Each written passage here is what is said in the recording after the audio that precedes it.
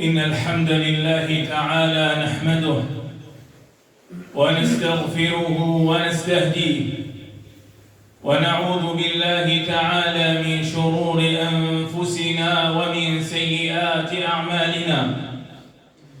من يهده الله فهو المهتد ومن يضلل فلن تجد له وليا مرشدا. ونشهد أن لا إله إلا الله وحده لا شريك له، له الملك وله الحمد وهو على كل شيء قدير. ونشهد أن سيدنا محمدًا عبده ورسوله وصفيه من خلقه المبعوث رحمة للعالمين. اللهم صل وسلم وبارك عليه وعلى آله الطيبين الطاهرين. وارض اللهم عن ساداتنا الصحابة الميامين وعن التابعين وتابع التابعين وتابعيهم بإحسان إلى يوم الدين.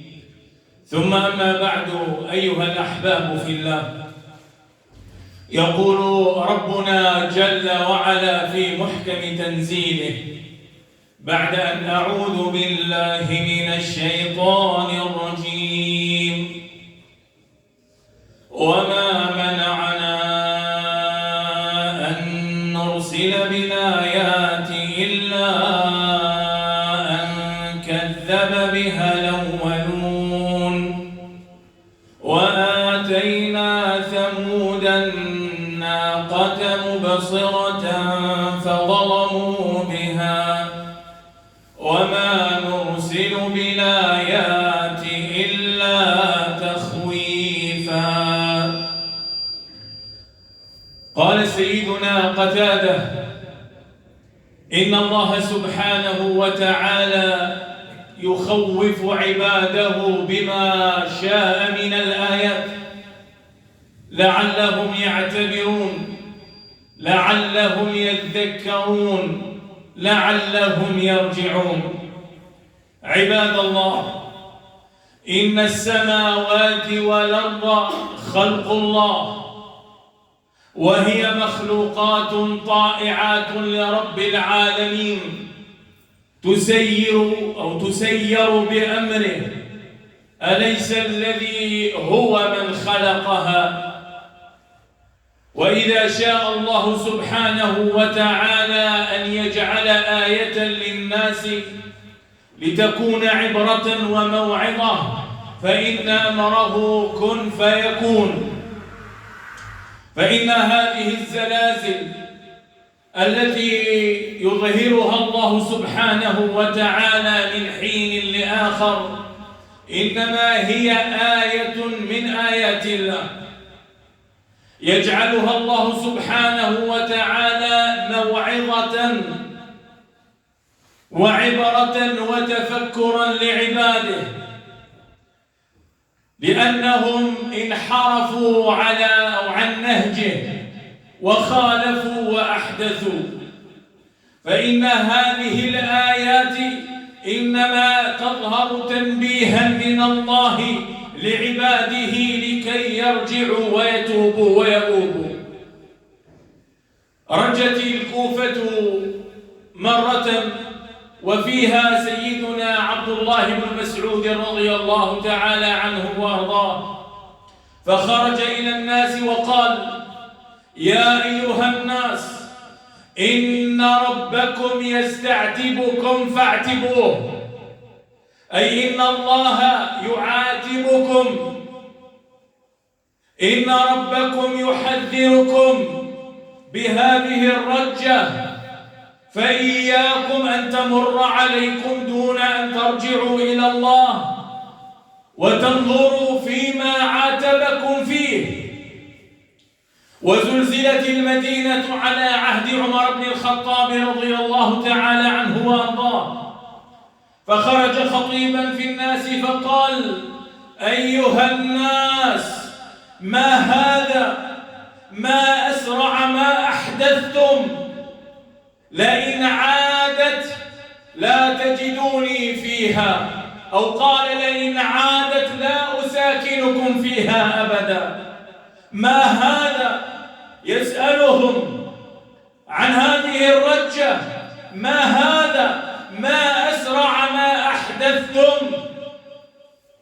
والإحداث هو التغيير والمعصية والإعراض عن سبيل الله سبحانه وتعالى، أي أنكم قريبوا عهد بعهد النبوة، فإذا بكم تحدثون وتغيرون حتى تظهر هذه الآية فيكم. قال لئن عادت لا أساكنكم فيها أو لا تجدوني فيها، لأنها إن عادت فهو دليل على أنكم ما زلتم مقيمين على هذه المعصية وعلى هذا الذنب، وأبيتم أن تتوبوا وترجعوا فتصبح أرض معصية، فلا يريد أن يساكنهم فيها. ورجت الأرض على عهد عمر بن عبد العزيز رضي الله تعالى عنه وأرضاه، فكتب إلى الأمصار إعلان عام في جميع أقطار الدولة الإسلامية: إن هذه الرجة هي معاتبة من ربكم، هي عتاب من ربكم، فمن استطاع منكم أن يتصدق فليفعل، فإن ربكم يقول قد أفلح من تزكى.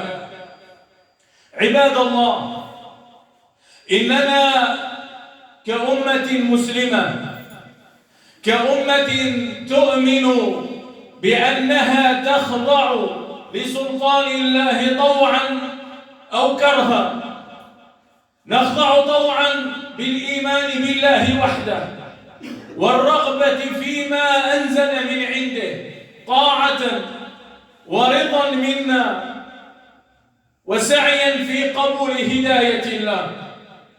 فإننا إن كنا في هذه الحالة فنحن تحت رحمة من الله ورضوان، ولكننا ينبغي أن نعلم أننا إذا أبينا هدى الله وأردنا أن نغير ونبدل ونعصي ربنا سبحانه وتعالى فنحن أيضا واقعون تحت سلطان الله وقهره، والله أقدر على أن يفعل بنا ما يشاء، ولكن الله برحمته يرسل هذه الآيات ذكرى للعباد.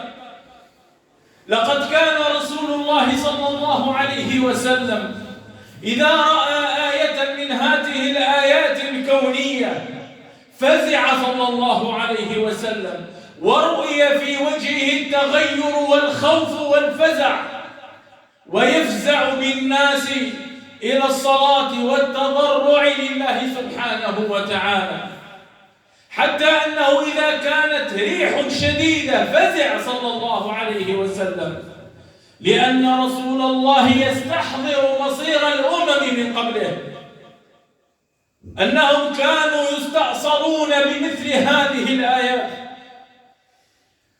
ويقول ابن حجر: إذا كانت الريح الشديدة هي مدعاة للفزع والخوف، فإن الآيات مثل الزلازل هي أولى بالفزع والخوف.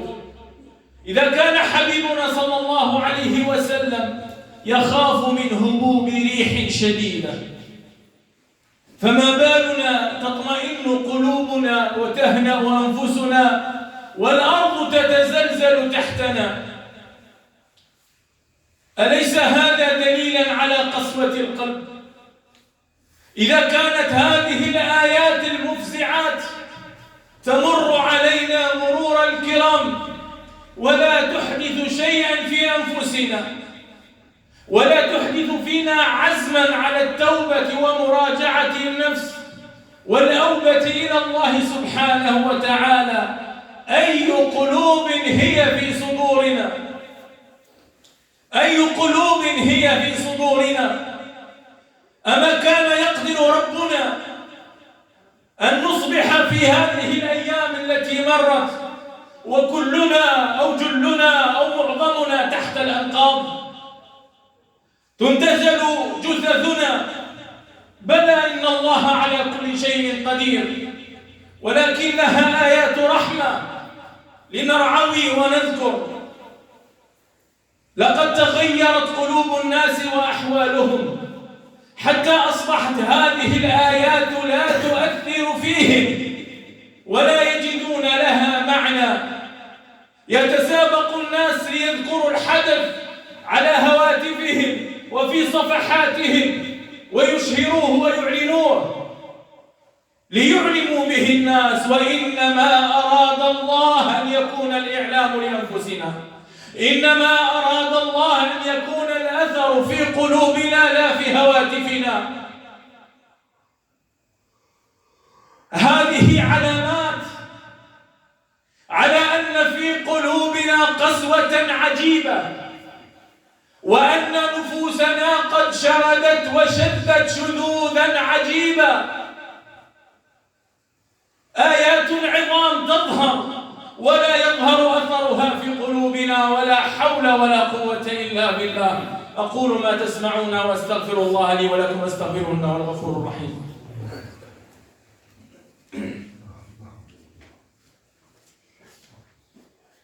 الحمد لله، الحمد لله وكفى، وصل اللهم وسلم وبارك على النبي المصطفى. جاء في مسند الإمام أحمد وغيره من حديث أم المؤمنين أم سلمة رضي الله تعالى عنها وأرضاها أن النبي صلى الله عليه وسلم قال: إذا ظهرت المعاصي في أمتي أعمهم الله بالعذاب.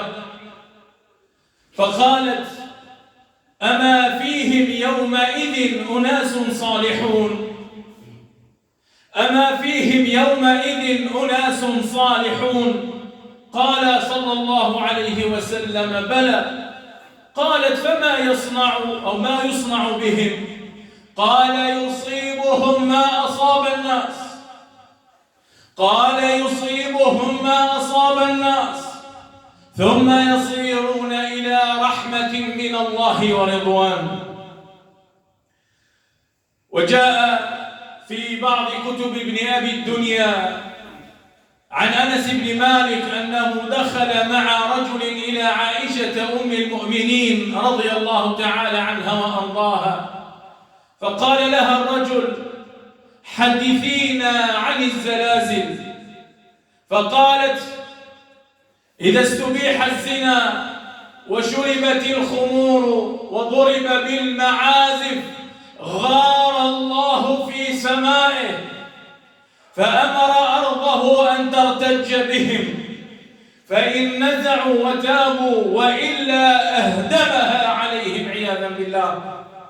فقال الرجل: أعذابا عليهم؟ قالت: بل موعظة ورحمة للمؤمنين وعذابا ونكالا على الكافرين.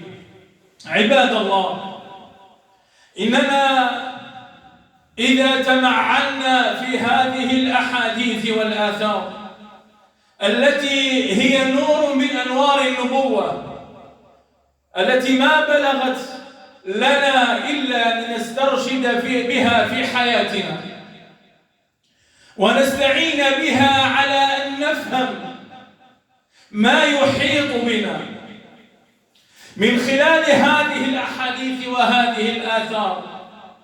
إذا تبصرنا في أحوالنا وأحوال معيشتنا، هل نحن ممن يطيع الله سبحانه وتعالى؟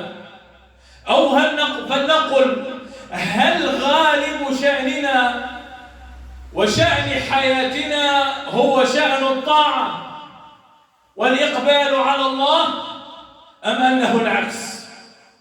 رسول الله في حديث أم سلمة يقول: إذا ظهرت المعاصي، فنسأل أنفسنا: هل المعاصي ظاهرة أم أننا نستتر بها؟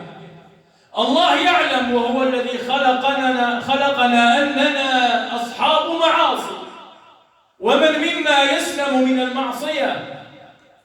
لكن هذا الحديث حدد النكتة أين تكمن تكمن في ظهورها، أي الإعلان بها وفعلها دون حرج أمام الناس. إذا تأملنا حياتنا، هل نحن ممن يستتر بالمعاصي ثم يستغفر ربه ويتوب إليه، أم أننا أصبحنا نعلن ونجاهر؟ أصبحنا نعلن ونجاهر ونجتهد في إفشاء المعاصي ونشرها عياذا بالله إلى حد التنافس في إحداث المعاصي ونشرها بين الناس. وهذا هو الذي علق عليه النبي إصابة العذاب وإعمام الناس بالعذاب. حتى ولو وجد الصالحون قال يصيبهم ما أصاب الناس، ولكن يفترقون في المبعث. وكذلك الأثر الذي ورد عن عائشة أم المؤمنين، فالناس استباحوا شرب الخمر، بل أصبحت تملأ أزقتنا، حتى يحدثني من لا أتهم أنه وجد كيسا مملوءا من زجاجات الخمر الفارغة موضوعا عند باب مسجد من المساجد. لا إله إلا الله. موضوعة عند باب مسجد من المساجد. أي إعلان فوق هذا؟ أي تحد فوق هذا؟ أي ضلال وانحراف فوق هذا؟ لم نعد نقيم لله وزنا، وما قدر الله حق قدره، ما قدر الله حق قدره. وأذكركم عباد الله بشيء، قبل سنوات قلال 10 إلى 20 سنة كانت إذا ارتجت الأرض بالناس هرع الناس توبة إلى الله وامتلأت المساجد حتى لا يجد الناس مكانا، لأن الناس حينها كان فيهم بقية خير. إذا حلت الموعظة والآية اتعظوا وهرعوا ورجعوا، فتمتلئ بهم المساجد ولو لفترة، ثم تصيبهم الغفلة من جديد. فما حالنا اليوم؟ وكأن شيئا لم يحدث، وكأن شيئا لم يحدث. عباد الله، هل نريد أن نصبح على مصائب فندفن موتانا بمئات الآلاف أو بالملايين حتى نتعظ؟